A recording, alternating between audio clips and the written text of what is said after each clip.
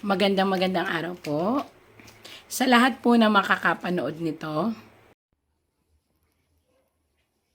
Hello po mga kawindra. Mag-comment po kayo dito sa video na to. Bigyan nyo po yung baptismal name ninyo at bibigyan po natin ng meaning. Pipili po ako ng 10 or kung ilan yung makinig po kayo. May napili po akong 15 na pangalan ng mga tao. Tunay na tao po ito na nag-comment po dun sa hamon namin na babasahan namin ng pangalan. Again po, ito po ay for entertainment use lang po. So, wala pong damdaman o walang kagagalit. Kung ano lang po ang aking nababasa at nakikita sa inyong mga pangalan kasama ng inyong mga birthday, ay sana po ay makatulong ako at wag ako makapagbigay pa sa inyo ng kung ano pang suliranin. Ang unang tao po ay si Enalinda Orbiña Velasquez, October 1, 1970. Pasensyahan nyo na po ako sa pagbabasa kasi talaga pong may problem ako since bata pa ako sa pronunciation. Yan. Enalinda Orbiña Velasquez, October 1, 1970, 54 years old. Sa iyong pangalan, nakikita ko ang pinagdaanan mo na napakaraming pagsubok. Isang mataas na kwalidad ng iyong personalidad ang nakikita ko. Kaya kahit anong hirap, nalampasan mo. Kaya lang tanggalin ang kahit anumang bumabagabag sa iyong puso. Kasi sa iyong pangalan na Enalinda, maraming naging painful na moment na ginawa mismo ng mga taong naging malapit sa iyo. Ayan na po. Ang nakikita ko po sa inyo ay ang pagiging matatag. Ingatan ang health dahil sa baba at taas ng blood pressure. Maaaring magkaroon ka rin ng problema sa iyong fatty liver. So, ingatan. Ito naman po ay pwede nyo ipa-check up yung inyong sarili. Or mag-self-medication po kayo. Like diet na mga pagkain. Kahit mataba o payat, delikado na rin po kasi ngayon ang mga intake ng food. Ang pangalawa naman po ay si Rosana Santileses yun. March 8, 1975. Ate Rosana, ikaw ang tipo ng taong mabait, pero pag nagsalita, straight to the point. So, nami-misinterpret ka sa iyong pananalita dahil ikaw, ayaw mong pinakikialaman ang buhay mo, kaya ayaw mong nakikialam sa ibang tao. Dahil pag sinaling ka, doon lumalabas ang pagiging tigre mo. Pero sabi ko nga, mayroon kang puso na napakababa sa mga taong humihingi ng tulong sa'yo. Ay nako, mag-ingat sa bad cholesterol. Ha? At huwag masyadong magpadala sa mga tao sa paligid mo. Ikaw ang una na apektuhan. Masyado kang overthinker.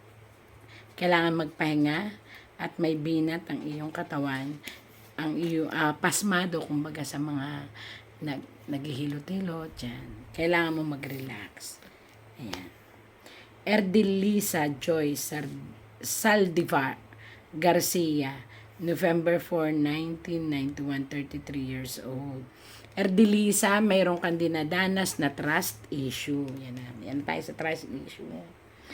Ang daming gumugulo sa isipan mo. May mga desisyon ka na hindi mo maituloy-tuloy kasi natatakot ka, wala pa man yung outcome.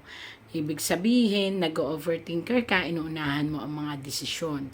Kaya bumabagal ang sitwasyon. At lagi mong tanong, kailan kaya yaman? Naku, ining. Huwag mong masyadong, lahat ng tao ay papunta doon kung gugustuhin. Ang problema sa iyo, naiinip ka. Okay ba, ne? At huwag masyadong inuunahan ang mga sitwasyon. Yun ang nagbibigay sa iyo ng problema. Wala pa yung matinding problema, inuunahan mo na. Nag-overthinker ka. Ayan. Dito naman tayo sa sunod kay Elsa Kilting Estrada. March 21, 1974, 50 years old. Wow. Elsa, I don't know kung ano itong nararamdaman mo sa iyong lalamunan at sa iyong dito sa side ng iyong head papunta sa balikat papunta sa isang shoulder. So siguro ito ay therapy lang. Tapos dami mong stress be. Ito ay stress hindi lang sa finances, tungkol din sa isang malapit sa it's either anak mo or kung pamangkin, basta ito ay bata pa, iniisip-isip mo ito, hindi nahihirapan ka kung paano i-deal ito. Pwede kang tumawag or mag-message sa amin kasi taga-basa lang ako. Elsa, fighter, maraming ambisyon, maraming pangarap, pero naging mapusok kaya parang nahadlangan. Ang daming mga pakialamera sa paligid, huwag nang pansinin. Ayan. Elsa, sa isang salita, kinakailangan mong mag-relax. Masyado kang stress sa mga bagay-bagay. Cheryl, Patulan Constantino, September 30, 1986, 38 years old. Wow. Cheryl, ito, I don't know kung nararamdaman mo ito, na lahat ng iyong mga, sa pangalan mo lang to ha, binasa ko. Lahat po ng binasahan ko, dumidepende lang po ako sa pangalan. Ha? Ngayon, ito'y katuwaan po. Huwag po kayong magdadamdam kung may nasabi akong masakit. Cheryl, may isang tao na hindi mawala sa isip mo. Siguro kailangan mo magpatawad. Ito ay tampo. Parang na-neglect ka. Pagkatapos, marami ka na rin nagawa sa taong ito, pero parang sa huli, napasama ka pa. So, ang lesson dito, wag lahat na lumalapit sa iyo ay pakikibagayan mo kasi nawawala yung sincerity na proteksyonan mo ang sarili mo kasi lagi ikaw nagiging masama sa huli. Hindi ka mataray, kaya lang ganun na lang talaga ang mukha mo na parang ang balasik, pero mabait ka. Di pa kita nakikita, pero yung from your name, strong personality ka. Marami kang plano, isa-isa lang. Mas nakakalugaw ng utak pag hindi pa tapos ang isa na naman. Isa-isa ang mga plano para magkatulungan kayo ng iyong sarili plus yung iyong vibe sa iyong atmosphere. Vicente William Simonares, June 6, 1957. Naku, Kuya Vicente, kinakailangan nyo pong ipacheck ang inyong prostate glands. I don't know kung bakit. Kung natakot lang po ako, lumabas po ito sa name ninyo. Tapos, maintenance, kinakailangan po nating magpaalaga sa doktor para ma-maintain at makita kung saan nanggagaling ang up and down of your bad cholesterol. Uric acid, naku naman, puro health ito. At Kuya Vicente, siguro dapat mong kausapin yung mga tao sa paligid mo kasi naguguluhan ka. Hindi mo alam kung anong gusto mong, kung sinusunod ka ba nila o hindi. Basta ito naghahanap ka ng concern, naghahanap ka ng belongings. Yan. Sumunod, Mary Ann P. Balaoro, June 27, 1976, 48 years old. Mary Ann, hindi ko alam kung ano itong plano. I don't know kung ito. Marami ka kasing plano. Pero may isa akong planong nakita na parang gusto niya ipaayos na pag-usapan. Parang ito ay within the personal of the family. May dapat pag-usapan, iupo sa isang sulok, mag-usap-usap para matapos ang sigalutan. I don't know yun ate, nabasa ko lang. Ikaw ang sumasakit ang ulo sa mga tao sa paligid mo. So, kailangan yung upuan yan nang matapos ang mga personalan na bangayan. 48 years old ka pero napaka-matured mo. Magaling ka sa PR, magaling ka sa PR. Pikon ka lang, ha? Yun ang bawasan mo. Pero magaling ka makipag-usap. Direct to the point. Pwede ka negosyante, ha? And Jacqueline Aquino. Jacqueline Aquino, ano kaya, parang tingin sa iyo ng mga tao, masungit, suplada, direkta, pero ang totoo mo, down to earth ka. Ayaw mo lang maulit yung paulit-ulit na panloloko sa iyo. Ang daming nanloko sa iyo, Jacqueline Aquino. Dami ring mga natulungan na ngayon ay nawawala na. Ano ba yun? Tapos, Jacqueline Aquino, hindi ko alam kung ano, pero sa iyo dumadaan sa name mo. Dapat isaayos na titulo. Hindi ko alam kung titulo o bahay ito. Hindi ko alam kung ito sa inyo. O hindi ko alam kung ito ay, wait lang po, may natawag. Mamaya na po. Hindi ko alam kung ito ay, basta ito ay parang titulo. Hindi ko alam kung sa iyo to o sa family. Pero dapat isaayos para wala na yung, gulo sa dadating na panahon. Hindi ko alam sa iyong pumunta. Binilda R. Espiritu, January 19, 1960. Ate Binilda R. Espiritu, kinakailangan mong magkaroon ng consultation, proper consultation sa yung doktor. I don't know kung anong gumugulo sa isip mo. Parang nandun sa anxiety period, yung paulit-ulit, tapos parang may takot, tapos parang may sama ng loob at galit. Hindi ko alam kung ano yon. Pero kung ano man yon, dapat mo nang kalimutan ang mga nakaraan. Kasi ang dami mong baggages, ang dami mong iniipon sa puso mo. Mabait ka, pero naging magulo dahil maraming tao sa paligid mo na hindi mo alam kung sinong pagkakatiwalaan. So, yun po.